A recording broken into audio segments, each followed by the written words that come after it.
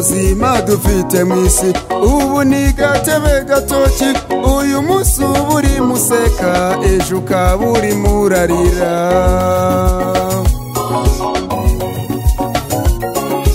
ubu ukomeye cyane ejo ugacishwa bugufi kuko imibereho yawe ifitwe n'Imana mu biganza witerwa ubwoba n'imiraba cyangwa se imitingito kuko imibereho yawe ifitwe n'Imana mu biganza biterwa ubwoba n'imiraba cyangwa se imitingito kuko imibereho yawe ifitwe n'Imana mu biganza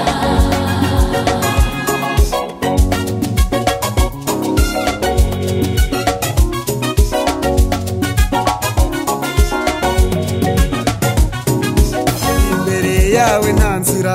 inyuma yawe ukurikiwe impande zose ugoswe n'abanzi umeze nk'uwaguye mu rwobo ihanganira ibyo ubona ubu wihanganira ibyo wumva ubu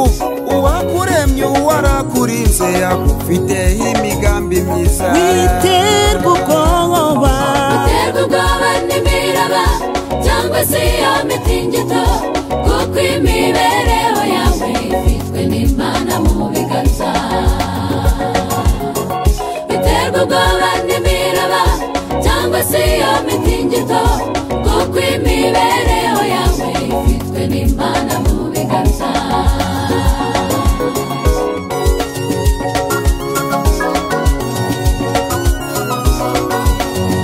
Kristo Yesu himbazwa hari ubwo tuzaba duseka ntabwo tuzongera kurira kuko umubabaro n'ishavu byose bizaba birangiye tuzaririmba tuzanezerwa ntabwo tuzongera kuruha kuko uwo mwami waducunguye azaba ashohoje isezerano witerwa ubwoba n'imiraba cyangwa se imitingito kuko imibereho yawe ifitwe n'Imana mu biganza witerwa ubwoba n'imiraba cyangwa se imitingito kuko imibereho yawe ifitwe n'Imana mu biganza witerwa ubwoba n'imiraba cyangwa se imitingito kuko imibereho